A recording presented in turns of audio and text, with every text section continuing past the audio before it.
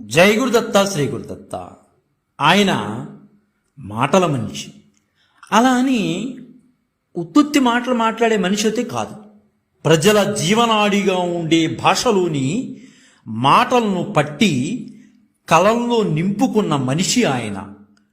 నేరుగా సులభంగా సూటిగా ఉన్న మాటను ప్రజల మనస్సుల్లో నాటడం, అలాగే పెర్మనెంట్ మెమరీ చిప్పుగా చేసి ప్రజల మనస్సులోకి ఎక్కించడం ఆయనకి వెన్నతో పెట్టిన విద్య.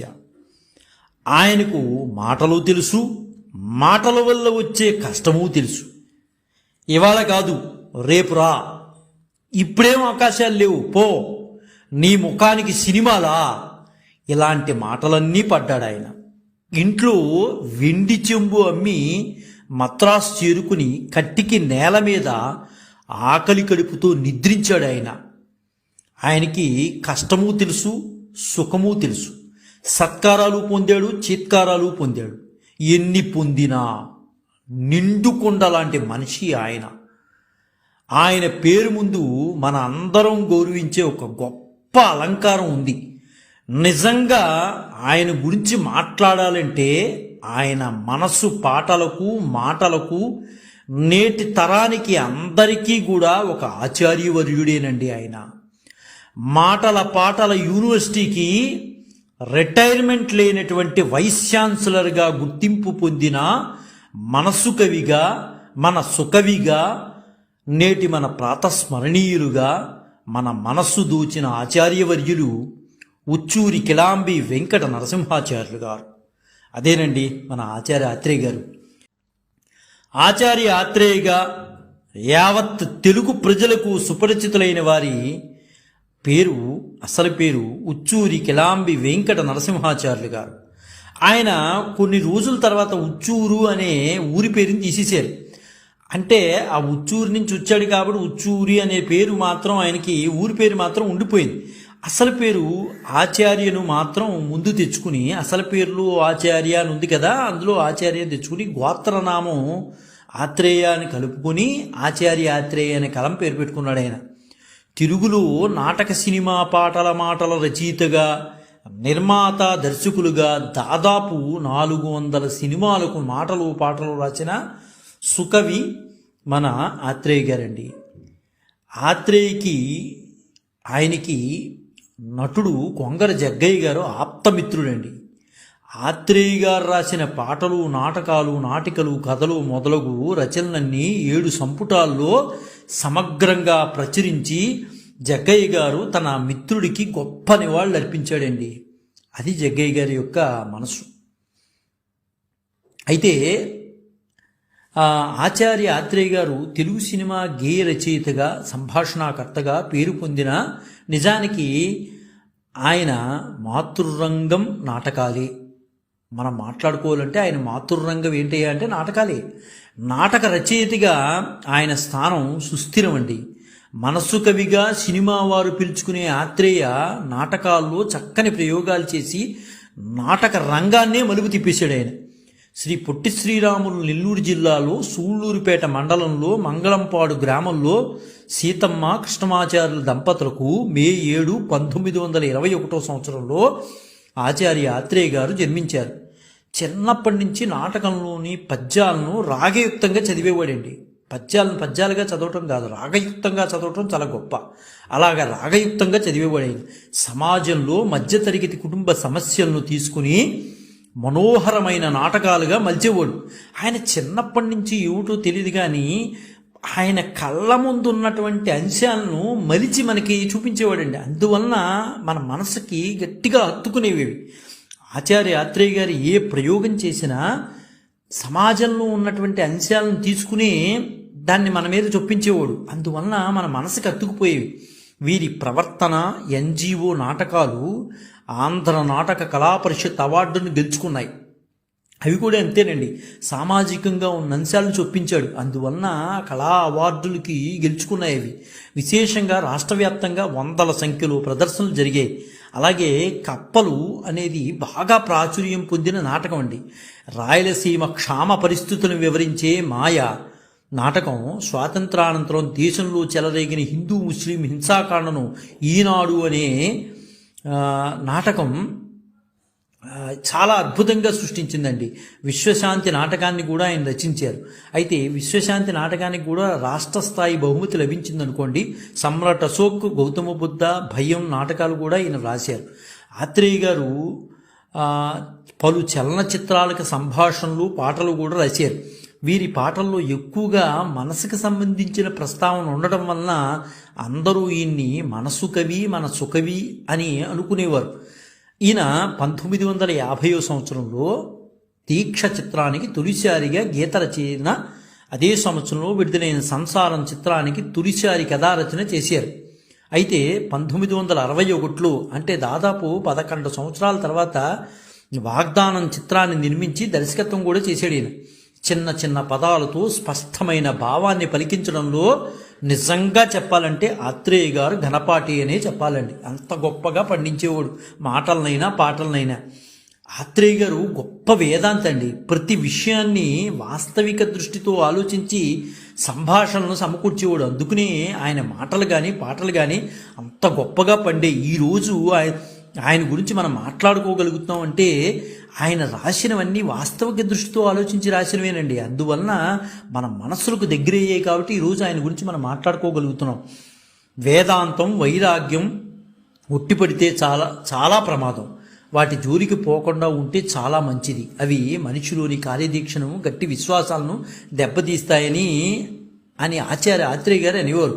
మరి శృంగార రసం శృతి మించితే అశ్లీలం అవుతుంది.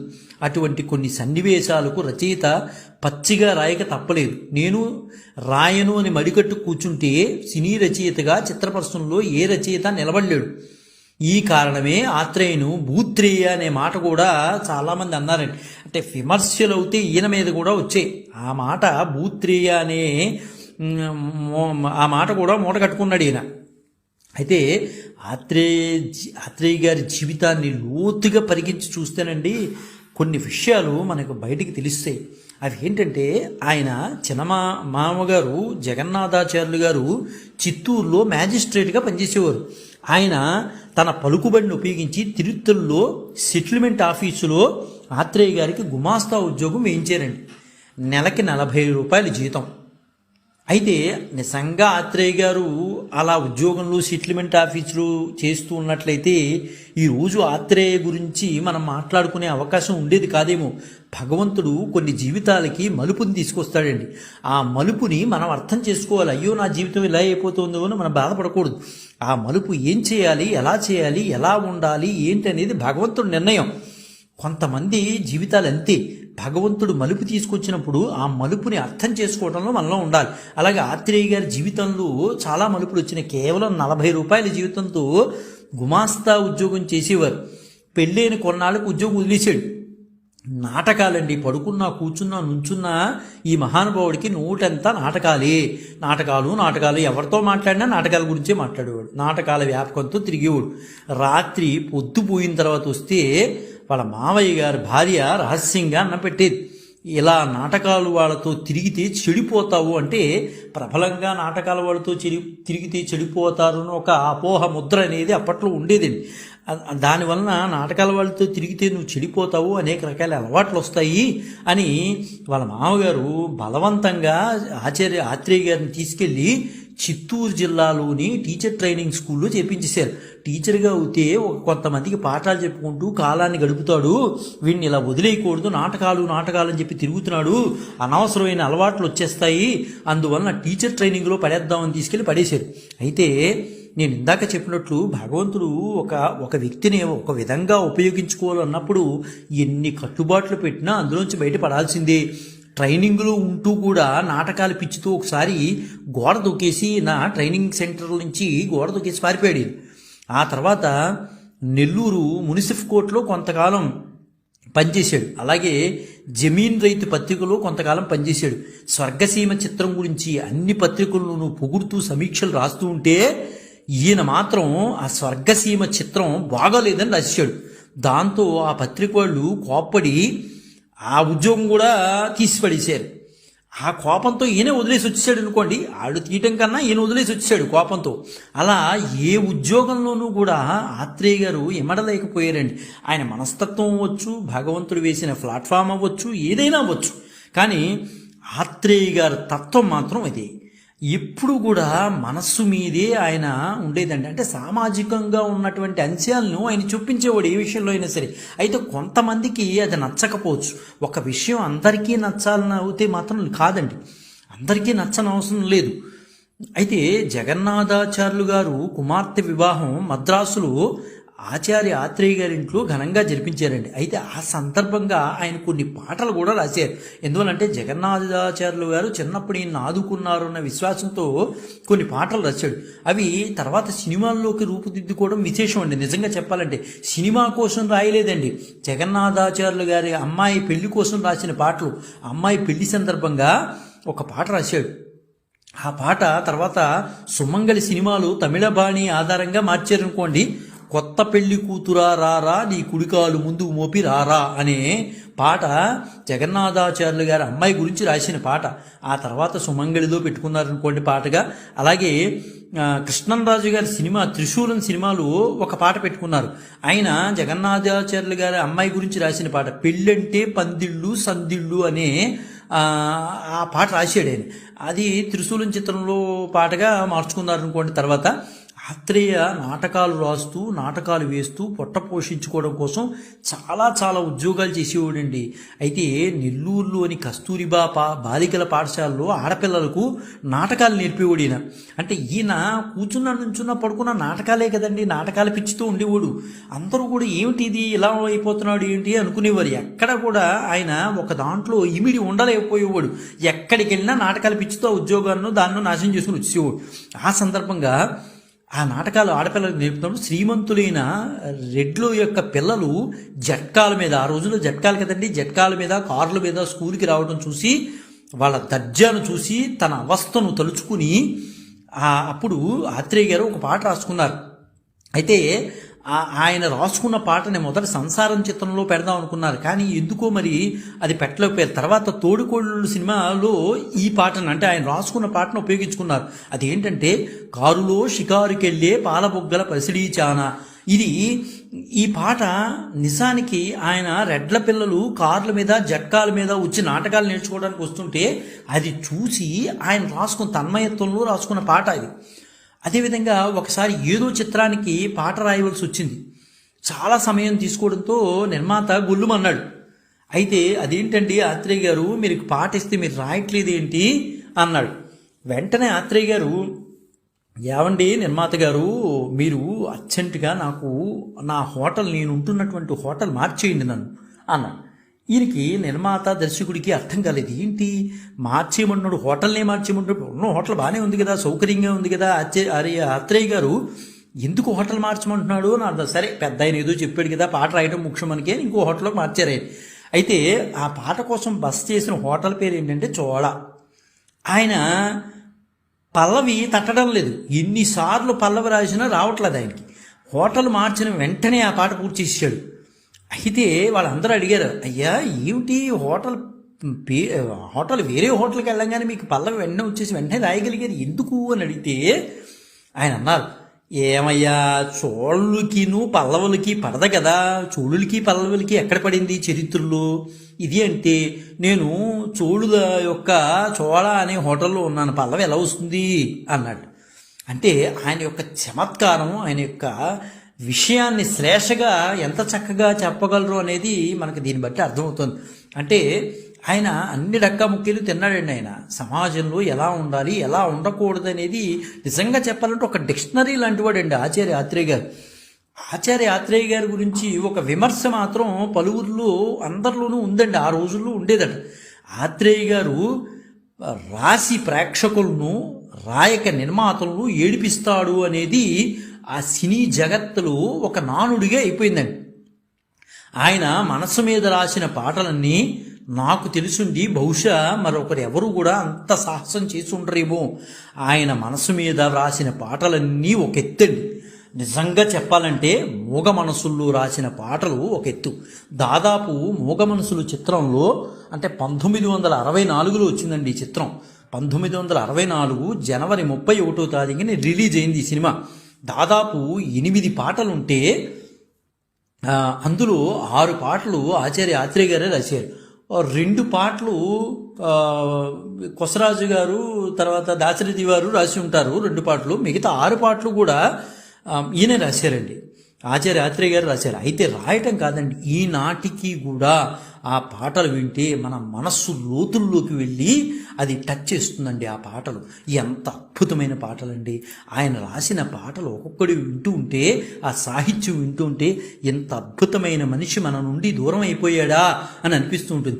ఎంత చక్కగా కునుకు పడితే మనస్సు కాస్త కుదుట పడతది, కుదుట పడ్డ మనసు తీపి కలలు కంటది, కలలే మనకు మిగిలిపోవు కలివి చివరకు, ఆ కలిమి కూడా దోచుకునే దొరలు ఎందుకు, గుండె మంటలార్పే సన్నీళ్లు కన్నీళ్లు, ఉండవమ్మ సాన్నాళ్ళు, పోయినోళ్ళు అందరూ మంచోళ్ళు, ఉన్నోళ్ళు పోయినోళ్ళ తీపి గుర్తులు, మనిషి పోతే మాత్రమేమి మనసు ఉంటది, మనసుతోటి మనసు ఎప్పుడో కలిసిపోతది, చావు పుట్టుక లేనిదమ్మ నేస్తమన్నది, జనమకది మరీ గట్టి పడుతుంది, పాడుతా తీయగా చల్లగా పసిపాపలా నిద్రపో తల్లిగా బంగారు తల్లిగా అని ఆయన రాసిన పాట అప్పటికీ ఎప్పటికేనండి. తెలుగు సినిమా చరిత్ర అనేది ఉంది అంటే, ఈ భూమి మీద తెలుగు సినిమా ఉంది అంటే అంతవరకు ఈ పాటను అందరూ గౌరవించదగ్గ పాటే.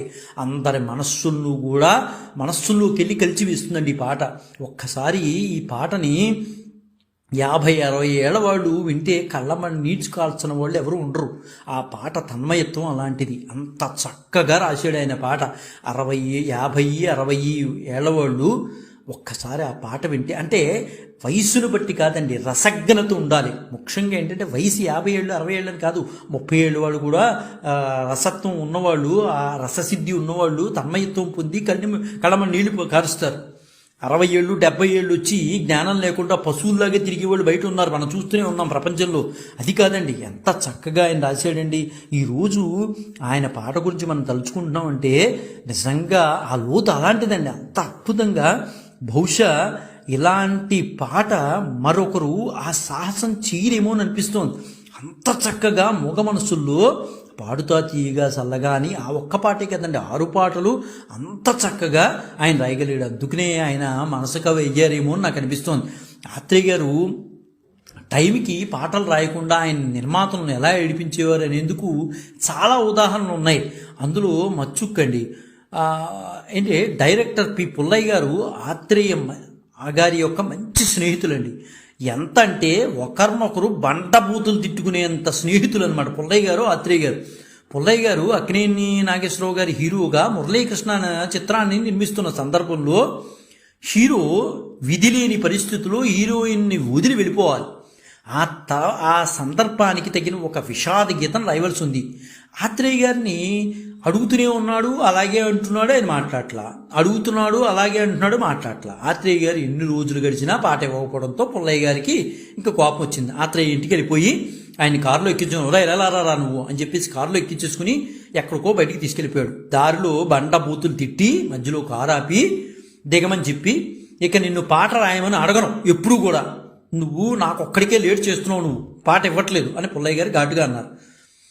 నువ్వు ఎక్కడ ఉన్నా సుఖంగా ఉండాలి, వెళ్ళిపో అన్నాడట పుల్లయ్య గారు ఆత్రేయ గారిని. వెంటనే ఆత్రేయ గారు, ఏమయ్యా పుల్లయ్య ఆగవయ్యా, పల్లవి దొరికింది నాకు, పాట ఇప్పుడే ఇచ్చేస్తాను ఆగు అని చెప్పి వెంటనే నీ సుఖమే నేను కోరుకున్నా నినివీడి అందుకే వెళుతున్నానే విషాద గీతం రాసి పుల్లయ్య గారి చేతిలో పెట్టాడు. అంటే ఆయనలో సబ్జెక్ట్ అంత ఉందండి. పుల్లయ్య గారు ఒక్కసారిగా ఆశ్చర్యపోయాడు. అంటే సామాజికంగా ఉన్నటువంటి అంశాలను మనిషి మనసు మీద చూపించేవాడు. ఆ పాట అక్కినేని గారి నటనతో, ఘంటసాల గారి గాత్రంతో ఎంత పాపులర్ అయిందంటే, ఒక విషాద గీతం అలా పాపులర్ అవటం అద్భుతం అండి. నీ సుఖమే నేను కోరుకున్నా. ఇప్పటికీ కూడా మురళీకృష్ణ సినిమా వస్తుందంటే ముందు వరుసలో ఆ పాట తీసుకుంటారు. ఒక విషాద గీతం ముందు వరుస ఏంటి అని అనుకుంటారేమో, కానీ ఆ విషాద గీతాన్ని అంత గొప్పగా పండించాడండి ఆయన. తెలుగు సినిమాల్లో వానపాటలు అంటే ముందుగా గుర్తుకొచ్చేది, నిజంగా చెప్పాలంటే ఆత్మబలం సినిమాలోని చిటపట చినుకులు పడుతూ ఉంటే, ఈ పాట ఆత్రేయ గారు మద్రాసు బీచ్ రోడ్లో వెళుతుంటే సడన్గా వర్షం పడిందంట. అప్పుడు ఒక జంట గబగబగబగబ చెట్టు కిందకి నీడ కిందకి పరిగెత్తారట. వెంటనే ఆత్రేయ గారు బుర్రకి పదులు పెట్టి టక టక టకమని చిటపట చినుకులు పడుతూ ఉంటే పాటకు శ్రీకారం చుట్టేశారు అక్కడే కూర్చుని. తెలుగు సినిమాల్లో ఈ పాట ఇప్పటి వరకు కూడా చిరస్థాయిగా నిలిచిపోయిందండి. ఆ రోజుల్లో విమర్శకు గురి అయినా కానీ ఇప్పటి వరకు కూడా నేటికి కూడా ఆ పాట అంటే అద్భుతంగానే ఉంటుంది. ఇలాంటి పాటలను ఆత్రేయ గారు మాత్రమే రాయగలరు అని మాత్రం మనం చెప్పగలం. అయితే మోగ మనసులు సినిమాలో మాత్రం అద్భుతమైన సృష్టి చేశాడండి. 6 పాటలు కూడా దీనికి దానికే గొప్పతనం అండి, అంత అద్భుతంగా చేశాడు. అయితే ఆత్రేయ గారి గురించి చెప్పేటప్పుడు ఇక్కడ మోగ మనసుల గురించి ఒక మాట మాట్లాడుకోవాలండి. 31/1/1964లో రిలీజ్ అయింది మోగ మనసులు. అయితే దీన్ని తెలుగులో అద్భుతంగా పండిందండి సినిమా మాత్రం, మామూలుగా కాదు. ఆదుర్తి సుబ్బారావు గారు అద్భుతంగా చేయించాడు. అయితే ఆ రోజుల్లో రాష్ట్రపతి ప్రశంసాపత్రం పొందింది. అంటే అప్పుడు రాష్ట్రపతి అంటే 62 నుంచి 67 వరకు సర్వేపల్లి రాధాకృష్ణన్ గారు ఉన్నారు. ఈ సినిమా 64లో వచ్చింది. రాష్ట్రపతి ఎవరు అప్పుడు? సర్వేపల్లి రాధాకృష్ణన్ గారు. ఆయన యొక్క మన్ననలు కూడా పొందిందండి ఈ సినిమా. ఎంత గొప్పదో ఆలోచించుకోండి. అదేవిధంగా హిందీలో దీన్ని రీమేక్ చేశారండి, మిలన్గా రీమేక్ చేశారు. ఇంకా అద్భుతమైన సృష్టి చేసింది హిందీలో కూడా. అయితే వెంటనే హిందీలోను తెలుగులోను ఆడటం వల్ల సావిత్రి గారు ఏం చేశారంటే ఆ రైట్స్ కొనుక్కుని తమిళ్లో ప్రాప్తం అనే పేరుతో రీమేక్ చేశారు. ఎప్పుడైతే చేశారో ఆవిడ దురదృష్టమో ప్రజలకు అర్థం కాకపోవటం మనకి తెలియదు, కానీ అట్టర్ ఫ్లాప్ అయిపోయిందండి సినిమా. అయితే తమిళ చరిత్రలోనే అట్టర్ ఫ్లాప్ సినిమా ఏంటి అంటే ప్రాప్తం. కాబట్టి ఒక విషయం అందరికీ నచ్చాలని లేదండి, ఆ యొక్క మనస్తత్వాలను బట్టి విభిన్న ఆలోచనలు బట్టి ఏర్పడుతుంది. అలాగా ఒక సినిమా తెలుగును హిందీలో అద్భుతమైన సృష్టి చేసింది, అది తమిళ్లోకి వచ్చేప్పటికి అట్టర్ ఫ్లాప్ అయిపోయింది. కాబట్టి ఇక్కడ మనం అలా అట్టర్ ఫ్లాప్ అయిపోయినా అక్కడ పాట ఏదైతే ఉందో ఆ పాట మాత్రం హైలైట్ అయిపోయిందండి. అయితే ఆయన ఆచార్య ఆత్రేయ గారు ముందు సినిమా చెప్పేశారు, ఈ మోగ మనసులు సినిమా ఇలా ఉంటుంది ఇలా ఉంటుంది, ఈ పాటకి ఎలా పెట్టాలి ఈ పాటకి ఎలా పెట్టాలంటే ఎన్ని రోజులు కావాలని అడిగారు ఆదుర్తి సుబ్బారావు గారు. ఎన్ని రోజులయ్యా నాకేం అక్కర్లేదు, 4 రోజులు చాలని 4 రోజుల్లో 6 పాటలు తీసుకొచ్చి ముందు పెట్టాడు ఆయన. అంత అద్భుతమైన మనోవైజ్ఞానికుడు ఆచార్య ఆత్రేయ గారండి. నిజంగా ఆ పాటలే నిదర్శనం అండి మనకి. ఆ పాటలు ఇప్పుడు వింటున్నా చాలా గొప్పగా ఉంటాయి. మనిషి మనస్సును ఆయన అలా అర్థం చేసుకున్న సినీ కవి మరొకరు తెలుగులోనే, మరి ఏ భాషలోనూ, తెలుగు భాషలోనే కాదండి మరి ఏ భాషలోనూ మనకు కనిపించరు. అంత గొప్ప మనసు కవి మన ఆత్రేయ గారు. మనసు భాష తెలిసిన కవి ఆత్రేయ. మనసు మోగది అని అందరూ అంటూ ఉంటారు, కానీ ఆ మనసుకు ఒక భాష ఉందని, పామరుని చేత కూడా పలికించగల సత్తా ఆత్రేయ కళానికి ఉందని నిరూపించి చూపించారు. ఆ మోగ మనసు భాషను ఆత్రేయ పలికించిన తీరు ఈనాటికి వీణులు విందు చేస్తూనే ఉంటుంది. మనసుకు తెలిసిన భాష ఎలాంటిది, ఓ మనసును మరో మనసుతో ముడివేసే శక్తి ఆ భాషకే ఉందని ఆత్రేయ భావన. ఇంతకు మాటలు రాని మనస్సు నేర్చిన భాష ఎలాంటిది అంటే అక్కడ తనదైన చమత్కారం చూపించారు ఆత్రేయ గారు. అదే మన మనస్సును తాకి తడి చేస్తూ ఉంటుంది. ఆత్రేయ నిజంగా చెప్పాలంటే చాలా గొప్ప మనసు కవి అండి. ఆత్రేయ గారు మనసు కవే కాదు, గొప్ప భగ్న ప్రేమికుడిని కూడా చెప్పుకోవాలండి. అందుకని భగ్న గీతాలు రాసేటప్పుడు ఆ భగ్నతత్వాన్ని గాఢంగా పాటల్లో చూపించేవాడు ఆయన. నిజంగా చెప్పాలంటే ఆయన జీవితంలో 3 పద్మల ప్రేమతో మనసు నడిచిందండి. అదేమిటో అనుకుంటున్నారా? వినండి. అది ఏంటంటే ఆయన ఇంటర్ చదివాక తన ఊళ్ళో ఉన్న పద్మావతి అనే అమ్మాయిని ప్రేమించాడండి ఆయన.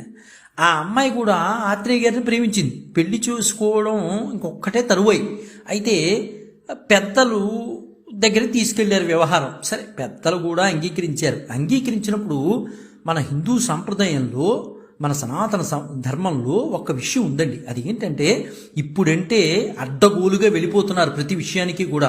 నిజానికి ఒక అద్భుతమైన సంస్కారం ఉన్నటువంటి దేశం మనం. ఏంటంటే పెద్ద లెక్కలు తీశారు. ఏంటి అంటే ఇరుపక్షాల యొక్క గోత్రాలు చూశారు. 2 సగోత్రికులు అయ్యారు.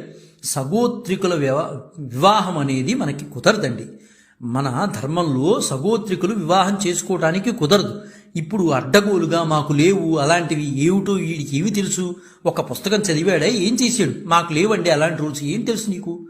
సగోత్రికుల వివాహం అనేది కుదరదు అని మన సంప్రదాయం చెప్తున్నప్పుడు దానికి విరుద్ధంగా వెళ్ళి మళ్ళీ నాకు కలిసి రావట్లేదు, నాకేదో జరగట్లేదు, భగవంతుని ప్రార్థించడం, మళ్ళీ బాధపెట్టడం, ఇవన్నీ ఏంటండి? సగోత్రికుల వ్యవహారంలో వివాహం కుదరదు అని చాలా స్పష్టంగా మన శాస్త్రం చెప్తుంది. మాకు అలాంటివి ఏమి ఉండవండి. ఏంటి నీకు ఉండేది? నువ్వా నిర్ణయించేది? ధర్మం చెబుతోంది వద్దు అలా చెయ్యొద్దని, మాకుండవని నువ్వు అంటావేంటి? అక్కడ అదేం కాదండి. సగోత్రికుల వివాహం అనేది ఎట్టి పరిస్థితుల్లోనూ జరగకూడదు అని చెప్తోంది మన సంప్రదాయం. కనుక పెళ్ళి వెంటనే అడ్డుపడిందండి. అయితే ఆత్రేయ గారు ఆ విషయాన్ని తట్టుకోలేకపోయారు. అంతవరకు ఇంట్లో అటువారు ఇటువారు ఒప్పుకున్నారు, పెళ్ళికి ఓకే అనుకున్నారు. అయితే ఒక్క నిబద్ధత చూసారా, అంత ఇద్దరు ఇష్టపడినప్పటికీ కూడా ఒక సత్సాంప్రదాయాన్ని వీడలేదు అక్కడ ఆత్రేయ గారు. ఎంత గొప్ప విషయం చూడండి. అటు ఇంట్లో వాళ్ళు, నాన్న ఆ అమ్మాయి మనము సగోత్రీకులు, చేసుకోవడానికి వీల్లేదన్నారు. అయితే బాధను దిగమింగుకున్నాడు, తట్టుకోలేకపోయాడు. అయినా ఆ అమ్మాయి పద్మావతి దూరమైంది. ఆ తర్వాత చాలా రోజులకి ఆమె కనిపించి, నేను వీణ వాయించే దాన్ని తెలుసుగా నీకు, నువ్వు దూరమయ్యావని వీణను కూడా అటకెక్కించేశాను అని బాధపడుతూ అందంట. ఆత్రేయ రాసిన ఈ వీణకు నిజంగా శృతి లేదు, పాటను గుర్తు చేసుకోండి, ఎందరికో హృదయం లేదు అని రాసింది తన పెద్దలను గురించే. ఆత్రేయకు తాను రాసిన పాటల్లో నేను ఒక ప్రేమ పిపాసిని, ఇది అద్భుతమైన పాట అండి. ఆయనకి చాలా ఇష్టం. ఇది కృష్ణ గారు నటించారనమాట. నేను ఒక ప్రేమ పిపాసిని అనే పాట. అయితే నువ్వు వలచావని తెలిసేలోపు నివురైపోతాను అని ఎంత వేదనగా రాశాడంటే దాన్ని అక్కడ బాలసుబ్రహ్మణ్యం గారు ఎంత అద్భుతంగా పాడారంటే, అయితే ఆత్రేయ గారు ఎంత బాగా రాసినా బాలు గారు అంత అందంగా పాడారు. అందుకనే ఆత్రేయ గారు బాలు గారు ఎక్కడ కనిపించినా మొట్టమొదటి పిలిచి నేను ఒక ప్రేమ పిపాసిని పాట పాడవయ్యా బాలు అని అనేవారట. అంత నువ్వు ఫీల్ అవుతూ పాడతావయ్యా, అందుకనే నీ పాట అంత బాగుంటుంది, వేరే వాళ్ళు ఎవరన్నా పాడారనుకో నేను ఫీల్ అవుతాను అన్నాడట ఆత్రేయ గారు.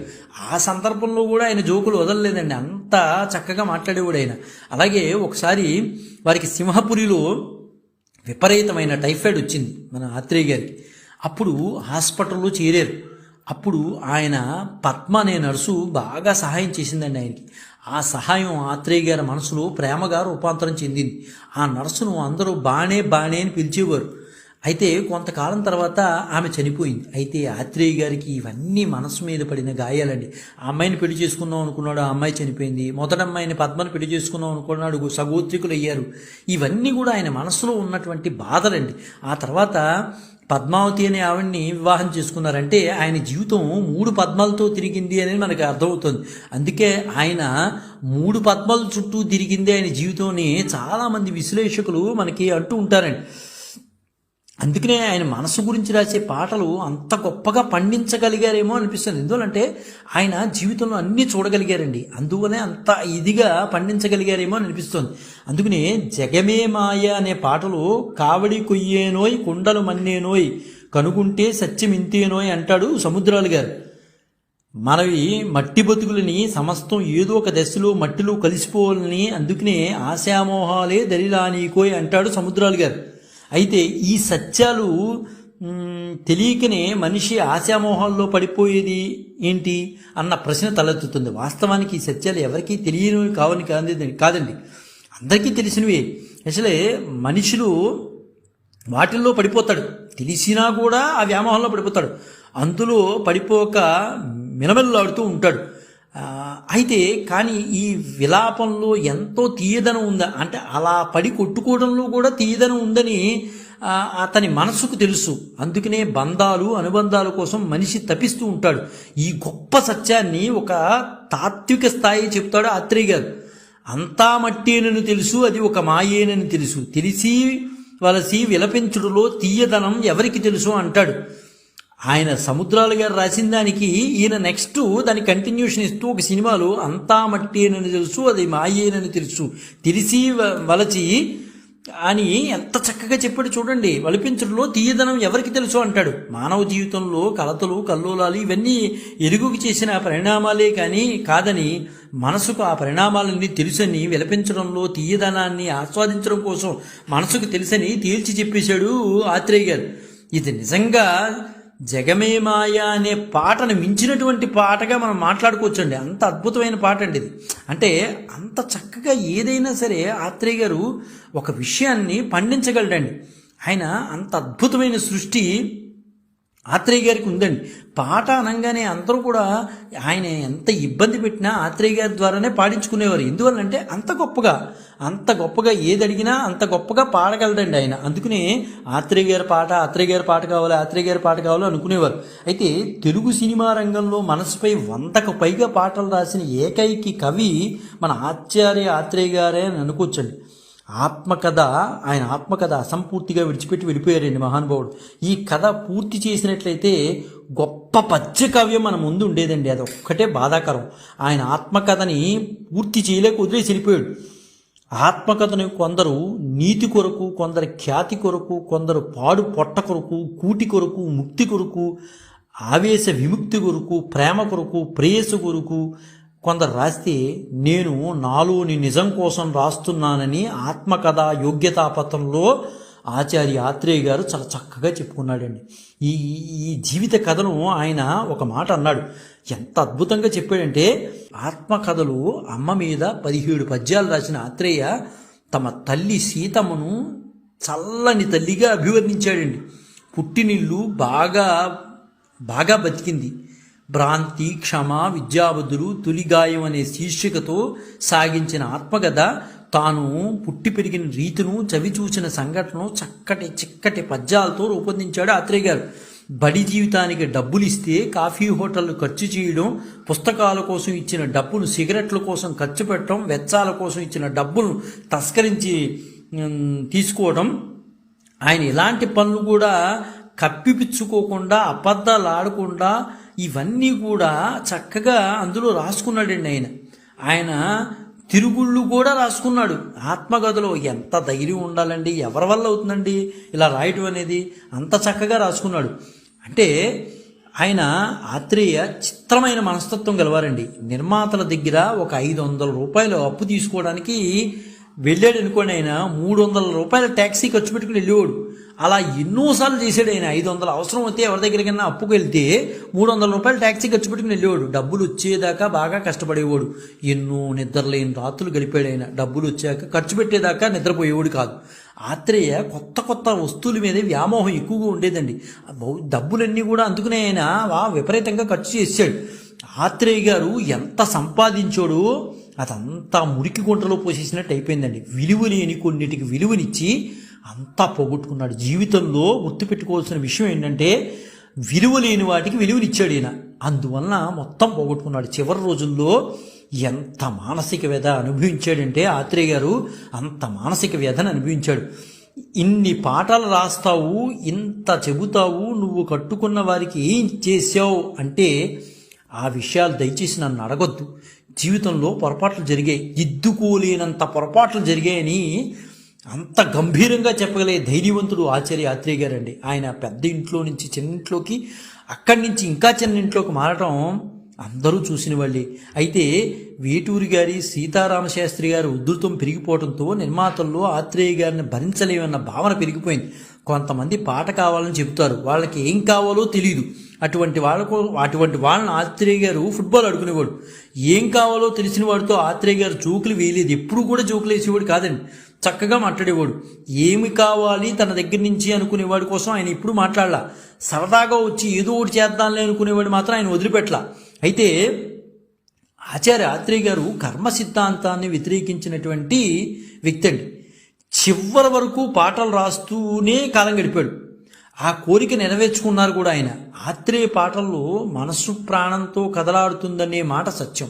ఆయన మరణించడానికి 3 నెలల ముందు, అంటే మే 5, ఆంధ్రప్రదేశ్ సార్వత్రిక విశ్వవిద్యాలయం గౌరవ డాక్టరేట్ ప్రదానం చేసింది. చూసారా, ఒక సబ్జెక్టు మీద వెళ్ళాడు ఆయన. చదివింది అంతంత మాత్రమే, కానీ ఆయనకి గౌరవ డాక్టరేట్ ప్రదానం చేశారు సార్వత్రిక విశ్వవిద్యాలయం. 1989 సెప్టెంబర్ 13 బుధవారం అయింది. రాత్రి 10 గంటలకు చెన్నైలో ఆయన గుండెపోటుతో మనందరికీ కూడా ఈ సినీల ఆకాశానికి దూరం అయిపోయాడండి. ఎందరో సినీ అభిమానులను విషాదంలో ముంచేశాడు. ఈ లోకాన్ని విడిచేసి వెళ్ళిపోయాడు ఆత్రేయ గారు. మనసుతో ఆయన పలికించిన భావాలకి ఆచార్యత్వం వహించాడు ఆయన. నిజంగా చెప్పుకోవాలంటే కనుకుని ఆచార్య ఆత్రేయ అయ్యాడని నాకు అనిపిస్తోంది. ఆయన కలం మూగపోయిన పాటలు ఆగవండి. ఆ పాటలు ఆగినా అందులో రాగాలకు అంతం లేదు. వాటిలో పలికించిన భావాలకి ఎప్పటికీ మరణం లేదు. ఆయన పాటలు ఆగవు, ఆగినా ఆ రాగాలకు అంతం లేదు. వాటిలో పలికించిన భావాలకి ఎప్పటికీ మరణం లేదు. ఆత్రేయ ఆగని మనోభావాల ఉద్ధృతికి చెరగని ముద్ర లాంటి వారు. ఇందులో ఏమాత్రమూ సందేహం లేదండి. జై గురుదత్త, శ్రీ గురుదత్త, శ్రీపాద శ్రీవల్లభ చరణదాసుడు, మానికొండ రాజశేఖర శర్మ, రాజమహేంద్రవరం. స్వస్తి.